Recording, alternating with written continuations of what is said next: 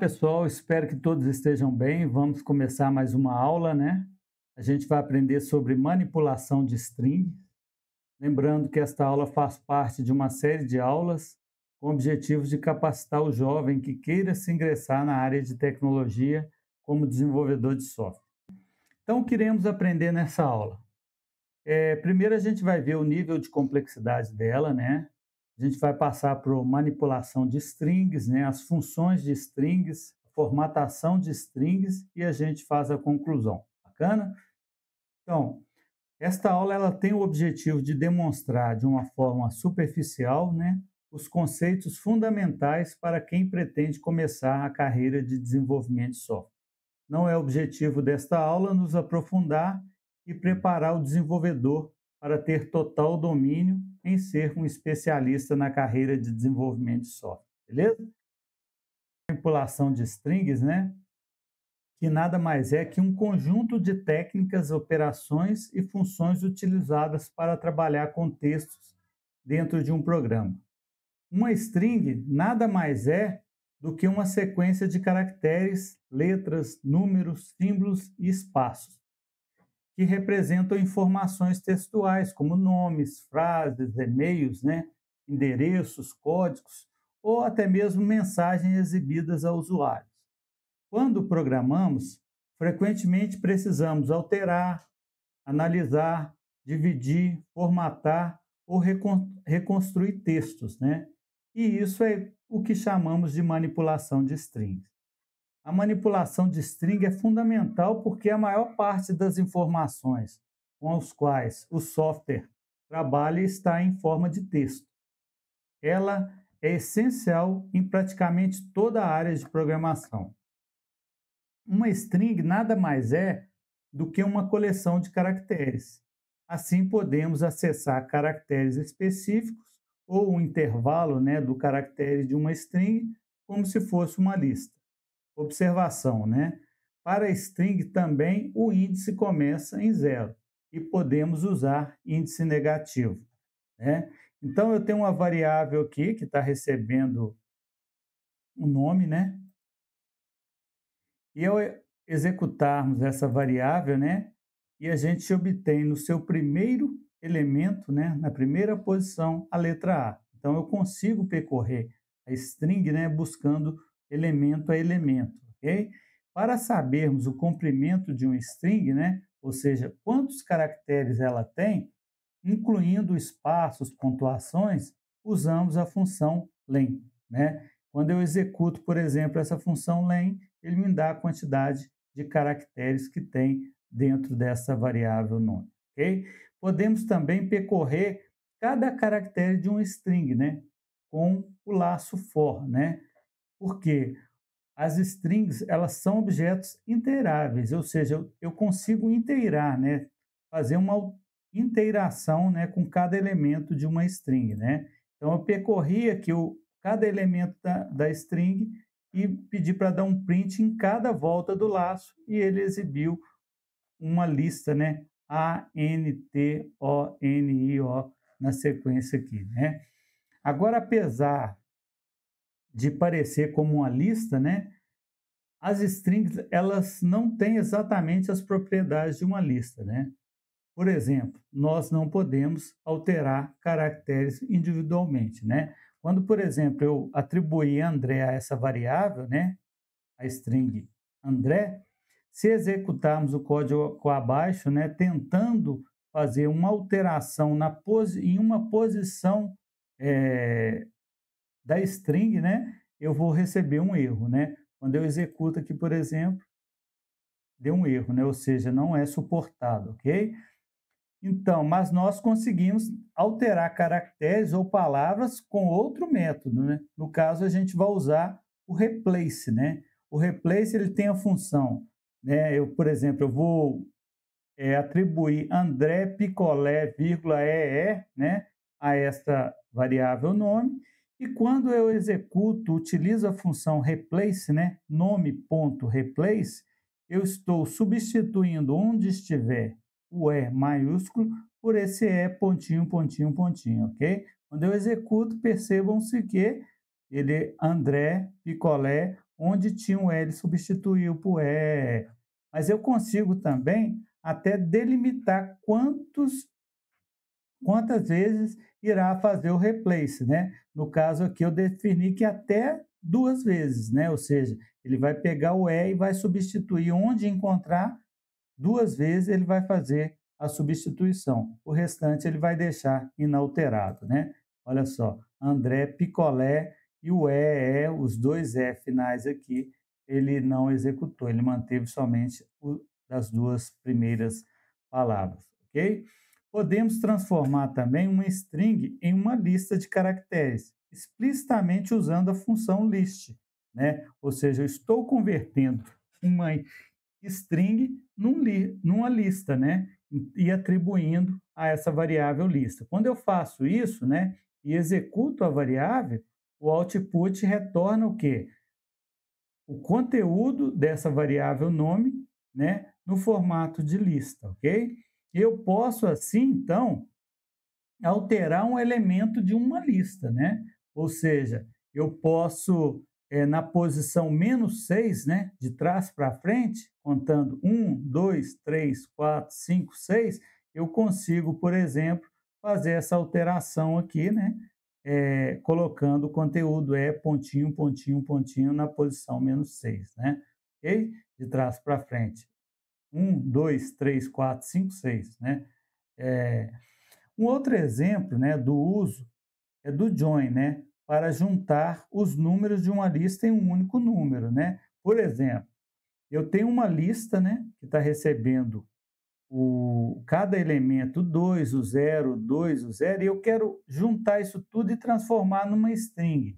Então, eu utilizo o ponto join, né, percorro cada elemento, né, com o for, né, do conteúdo dessa lista, né, e atribuo uma variável e dou um print nessa variável, né, para exibir o conteúdo na tela. Olha só, ele transformou numa string, no número 220, ok? Como já vimos, também podemos fazer operações com strings, né? Somando, né, uma string com outra, a gente vai obter o resultado de uma concatenação, né? Então, se eu, por exemplo, eu pegar uma string André com picolé e colocar o mais, né, ele vai atribuir, né, o que? Através dessa operação, ele vai atribuir a concatenação, né, do André vira André Picolé, né? Podemos também fazer multiplicação de strings, né, por um número inteiro, né? Ao multiplicar uma string por um número inteiro, a string ela é repetida, né? Por exemplo, André, né, vezes 3, eu vou obter o quê? O André 3 vezes. Se eu colocar aqui, por exemplo, -5, né, eu vou exibir o André -5. Por exemplo, eu quero repetir, por exemplo, esse caractere 5 vezes, eu vou obter uma linha, né, várias vezes e assim por diante, ok? Nós vamos aprender também, agora, a partir de agora, as funções, né, para strings, né? Porque como lista, né, que a gente aprendeu nas aulas anteriores, strings também tem algumas funções específicas. E algumas delas são o upper, né? O upper, o que é que ele vai fazer? Ele vai transformar todos os caracteres em maiúsculo. Quando eu executo aqui, olha só, ele transforma, por exemplo, né, todos os caracteres de André com maiúsculo, né? Eu tenho também o lower, né, que ele faz o contrário, ele vai transformar todos os caracteres em minúsculo, ok? O André, tudo minúsculo. O title, ele deixa a primeira letra de cada palavra em maiúsculo, ok? Olha só, empresa SA de São Paulo, estava tudo minúsculo, transformou a primeira letra. O capitalized, né, ele já faz o seguinte, ele deixa a primeira letra da primeira palavra em maiúsculo, né? Quando eu executo, ele vai pegar somente o E da empresa e transformar em maiúsculo, ok? E nós também podemos quebrar uma string em determinados caracteres, tendo como resultado uma lista com os caracteres além da quebra, né? Para quebrar nos espaços, nós podemos usar a função split, sem argumento, né? Então, eu tenho aqui, por exemplo, oi, vírgula, tudo bem? É atribuído a essa variável oi. Quando eu aplico o split, né, o que vai acontecer? ele vai colocar oi, né? Tudo bem? Vírgula, vírgula, né? E para quebrar em algum caractere, né, específico, use a caractere com argumento. No caso aqui, eu dei um split considerando a vírgula, né? Então, o que ele vai fazer? Ele vai colocar oi, vírgula, tudo bem, né? E executar essa operação. Nós podemos também usar a função strip, né? Para quê? Para remover espaços, né? Então, eu tenho, por exemplo, aqui, essa string que tem espaço antes e após, né? O que eu vou fazer? Quando eu executo a função, ele removeu o espaço anterior e posterior, né? No início e no final da string, ok?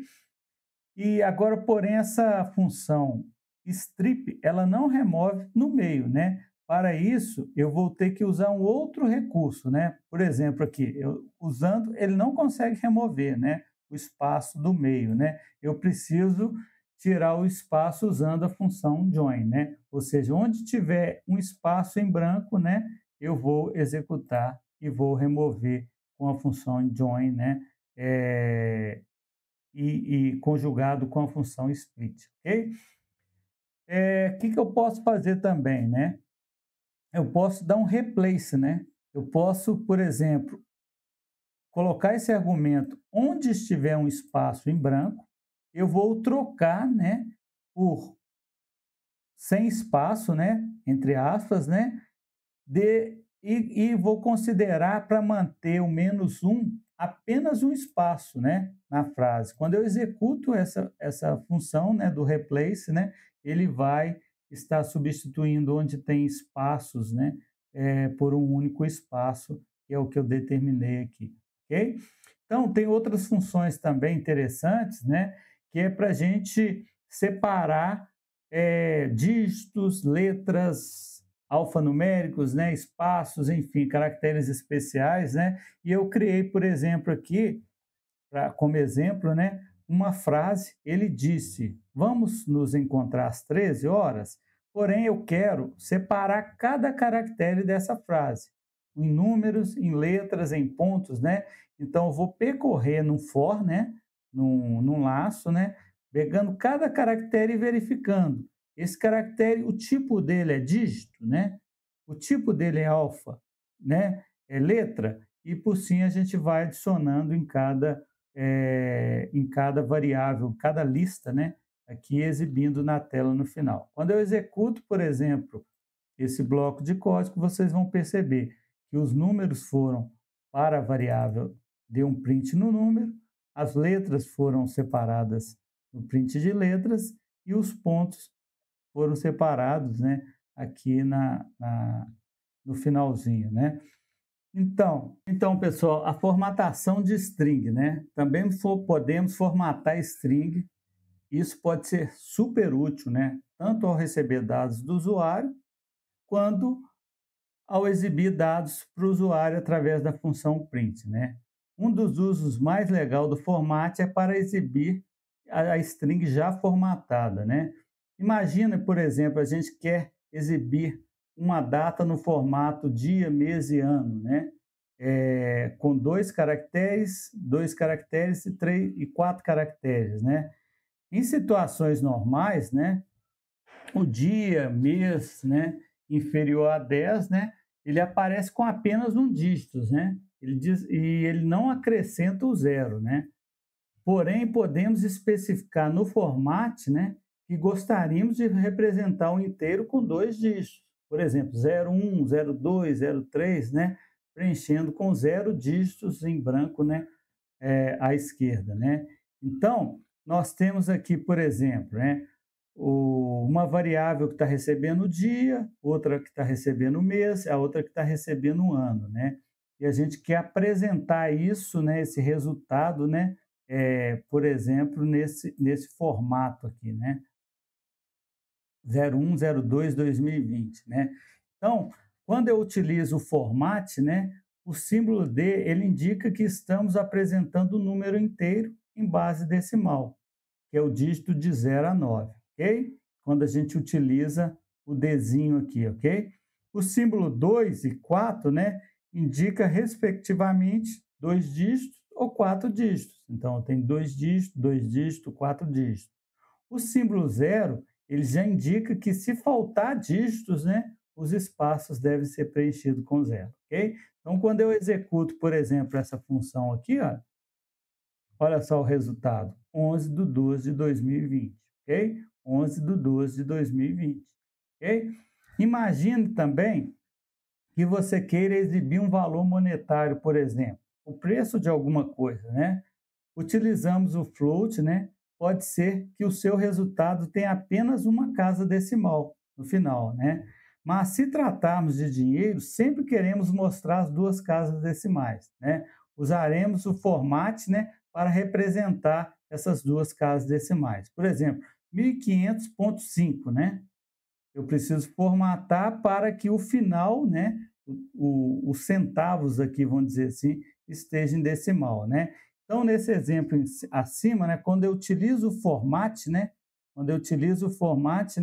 o F, ele indica que é um número float, ok? Já o 2, ele indica que queremos duas casas após o ponto decimal, ok?